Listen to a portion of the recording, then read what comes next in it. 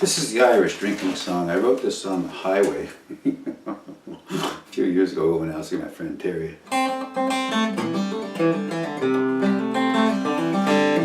Francis Milligan, having drunk his fill again, became a little ill, and when they tossed him from the bar, it was flat by the Mally, who was lying in the alley. And as the two were pals, they went up to the Reuben tar, and it was quart for quart, and bottle for bottle. They were not a bit bored, not a little bit besottled, and when they were thrown out again, they wandered up to Sullivan's all night booze again, where they planned to spend the night with Leary and Hennessy and others of the men you might see lying in, because when the police come by at daylight,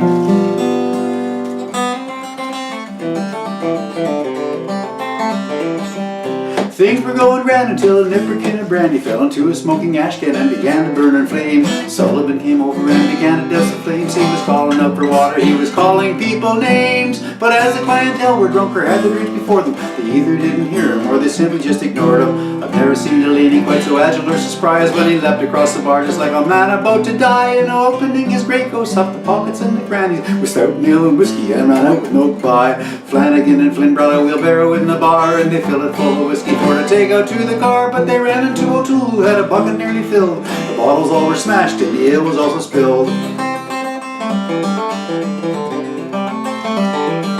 So they all went right back in again, and there encountered Finnegan, manhandling a barrel with a cart towards the door. And when they all ran into him, Flanagan and Flynn, and then O'Toole and also Finnegan, was sprawling on the floor. The barrel broke a stave, and then the end just flew wide open, and the backwash knocked down Doyle, who was standing blindly groping for his spectacles, which somehow he had lost down on the ice. That's when the local fire department came to join the fight, but only 5 or 6 of them had answered to the call, for the others lay inebriated at the fireman's ball.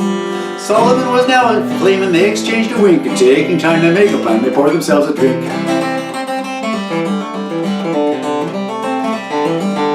And after they had had a talk, they tried to douse the fire, making plans to start on quickly as the flames were getting higher, but they couldn't find the captain and forgot to bring the truck. It was what they then decided was to start a line with buckets. Delaney jumped into the line and quickly threw a bale and ran behind the burning bar to fill it full of ale. Sullivan went chasing him but lost him in the smoke. He tripped across a barrel, and that's when his leg was broke.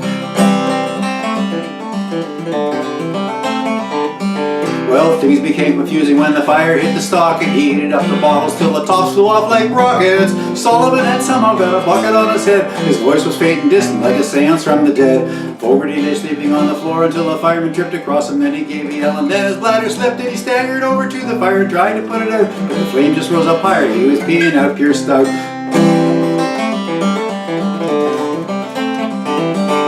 Father Paddy Flynn came in and poured a glass of gin or two, and that is just precisely when the wall caved in. And you have never heard the father pray the way the father prayed that day, pinned beneath the barrels being drowned in the spray. The firemen came over and they quickly pulled him out. They poured one last drink for everyone and carried people out where Sullivan lay gasping on the lawn and at death's brink. And every man that left there stopped and thanked him for the drinks.